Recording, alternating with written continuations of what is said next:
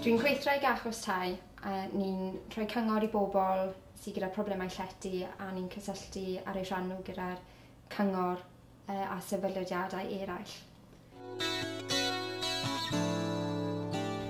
Na, mae pobl yn credu bod ni'n rhoi tai i bobl sy'n digartref neu mynd allan yn y nos i rhoi blancedi a cawl a siarad gyda pobl sy'n cysgu ar y stryd.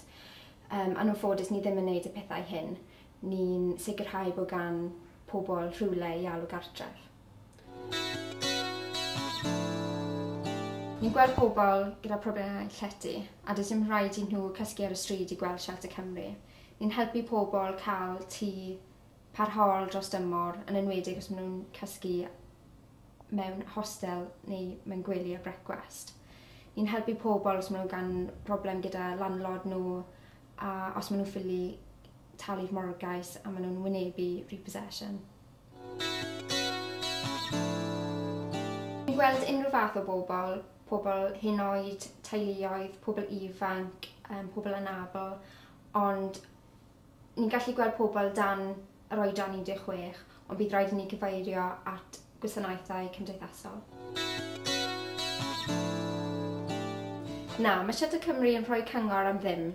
Rydyn nhw'n cael arian wrth y Llywodraeth, y Comisiwn Gwasanaethau Cyfreithiol a sefydliadau eraill, a rydym yn dibynnu ar gweithgareddau codi arian.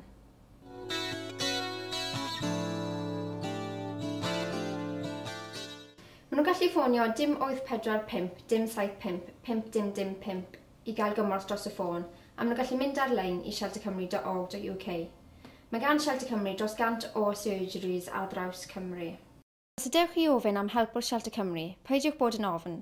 Dyn ni yma i helpu. Byddwn nhw'n gwrando ar eich problem ac yn gwneud ein gorau i'w ddatrys cyn gyntaf a phosib. Dyn ni ddim yn barnu pobl ac mae'r drws yn agored i bawb. Peidiwch bod â chwilydd gofyn am help. Mae asiantaethau a elusennau eraill yn gallu rhoi cyngor ar dai a materion cysylltiedig fel rheoli dyledion. Ewch i wefan housemate.org.uk am wybodaeth bellach.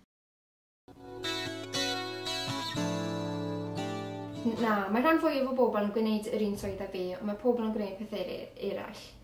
Ni'n gwneud gwaith ymchwil i edrych mewn yr achosion o ddigartrefedd. Ni'n hyfforddi bobl i ddysgu mwy am y byd tai. Ni'n tynnu sylw gwleidyddion am yr achosion o gwmpas ddigartrefedd. Mae'r gyfraith yn gwneud yn anodd i ni helpu bawb sy'n rhwystredig. Mae'n werth chweil i helpu bobl mewn angen. Daeth Beth i'n gweld yn ein cymorthfa yng Nghaerfyrddin. Mae hi'n 20 oed ac roedd ganddi ferch fach. Roedd yn rhentu llety 2 ystafell wely oddi wrth landlord preifat. Doedd dim gwres yn y tŷ ond i bai am yr ystafell fyw. Roedd yn wedi bod yn byw a chysgu yn yr ystafell fyw dros y gaeaf ac roedd merch Beth wedi datblygu problemau anadlu oherwydd yr oerfel. Daeth Beth i weld Shelter Cymru am gyngor.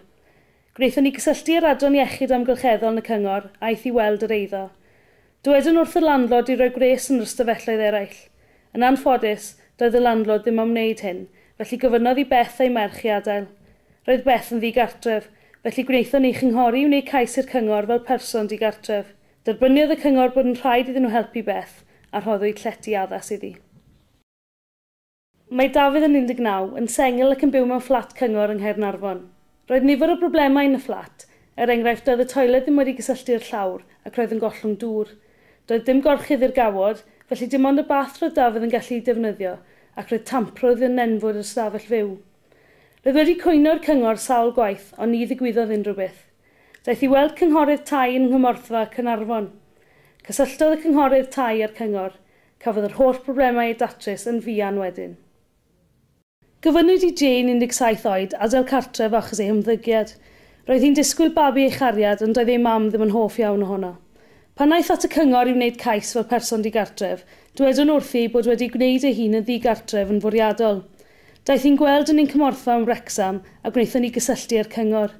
Fe wnaethon ni ddadlau bod ymddygiad Jane yn arferol i rhywun o'i oedran hi a wnaeth hi ddim byd i achosi ei digartrefedd. Daeth i'r amlwg fod Jane wedi colli ei brawd i gancer yn ddiweddar ac roedd ei mam yn ei chael anodd i ddygymod. Fe wnaethon ni ddadlau fod y cyngor wedi gwrando gormod o'r beth oedd gan mam Jane i'w ddweud a dim digon arni hi. Edrychodd y cyngor ar achos unwaith eto a newid ei penderfyniad. cafodd Jane leti addas gan y cyngor.